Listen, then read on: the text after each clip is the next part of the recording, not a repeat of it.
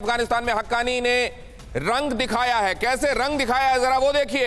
एक हक्कानी, हुसैन हक्कानी के बारे में आप देख चुके हैं। सिवाज साहब माफी के साथ थोड़ा ये इंफॉर्मेशन दे दूं, आपके पास आ रहा हूं। जरा देखिए अफगानिस्तान में हक्कानी ने क्या रंग दिखाया है, तालिबानी रंग। पाकिस्तान के कहने पर भारत के खिलाफ खुलकर बोला है अनस हक्कानी।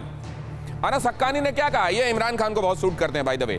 ये हक्कानी नेटवर्क, खैबर पख्तूनख्वा, वहां से हक्कानी नेटवर्क का बड़ा लेना देना है, वहीं से साहब भी आते हैं, इमरान साहब, और इसलिए उनका बड़ा लगाव है इससे। अनस हक्कानी ने भारत को अफगानिस्तान का दुश्मन करार दिया है। उन्होंने यह कहा है कि 20 साल से युद्ध भड़काने में जुटा हुआ था भारत, जिसने संसद दी अफगानिस्तान को, जिसने जरांज देलाराम हाईवे दिया, जिसने वहां शहतूत डैम बनाया, सलमा डैम बनाया, वो भड़काने में लगा हुआ था आवाम को। अब ये सब कुछ ठीक करने के लिए पहुंचे हैं। हक्कानी ने भारत को तालिबान के प्रति रवैया बदलने की नसीहत दी। हक्कानी का आरोप, तालिबान की खराब छवि पेश करने की भारत ने कोशिश की है। तालिबान की एक बड़ी अच्छी छवि है जिसको भारत खराब कर सकता है। कमाल। अब जरा ये अब कई बार ये इस पर लगता है जवाब क्या दें, क्या बोलें, क्या पूछें, इस तरह की बातों पर क्या कहें। लेकिन अगर ये असलियत है तो आपको इस असलियत का सामना करना पड़ेगा। सिवाज साहब, अब आपके पास मैं आता हूं जरा समझने के लिए।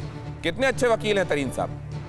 देखो, करीम साहब तो अपनी बात बोल रहे हैं अपने देश के लिए, पर उसके बिल्कुल खोखली बातें बोल रहे हैं, उसमें कोई दम नहीं है। सच्चाई ये है कि जो आप अनस हक्कानी की बात कर रहे थे, आज वो वही बात बोल रहा है जो उसको आईएसआई बोलने को कह रही है। क्योंकि सिराजुद्दीन हक्कानी और अनस हक्कानी पूरे हक्कानी नेटवर्क को लाने वाला डीजी है आईएसआई का, जो लेफ्टिनेंट फयाज हमीद वहाँ पहुँचा था। क्योंकि किस प्रकार से इन्होंने प्राइम मिनिस्टर को ओवरनाइट चेंज करा दिया।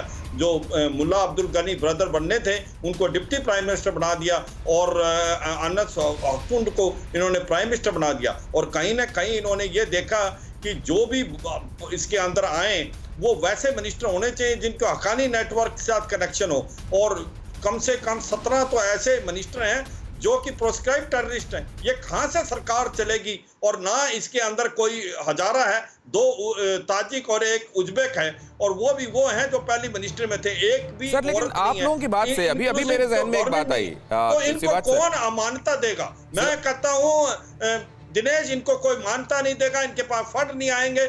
यहाँ पर सिविल वार जैसी सिचुएशन होने वाली है और होके रहेगी। क्योंकि ये तो अफगानिस्तान है जिस प्रकार से ये चला हुआ है, पाकिस्तान की आईएसआई और पाकिस्तान की आर्मी के कहने पे ये टूटेगा, और खुद तो टूटेगा।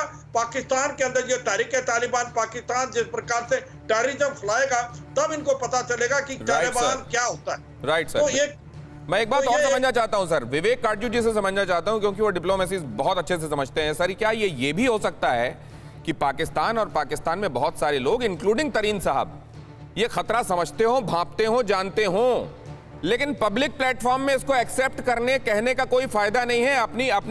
अपनी एक तरीके से छीछा लेदर कराना है और उनका गुस्सा और मोल लेना है। क्या इसलिए ये नकारा जाता है? असलियत समझते हैं ये लोग दिल में?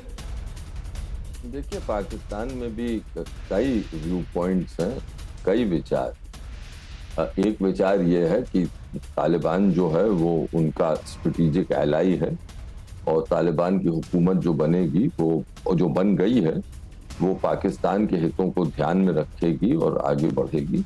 लेकिन एक तबका ये भी है जो कि ये जानता है कि जो जहानत और जो मानसिकता तालिबान की है वो पाकिस्तान में फैल रही, और वो पाकिस्तान के समाज के लिए, पाकिस्तान की राजनीति के लिए बहुत खतरनाक है।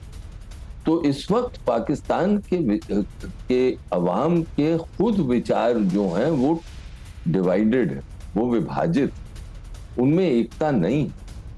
और ये अब दरअसल तो पाकिस्तानी फौज पे सब चीज निर्भर है।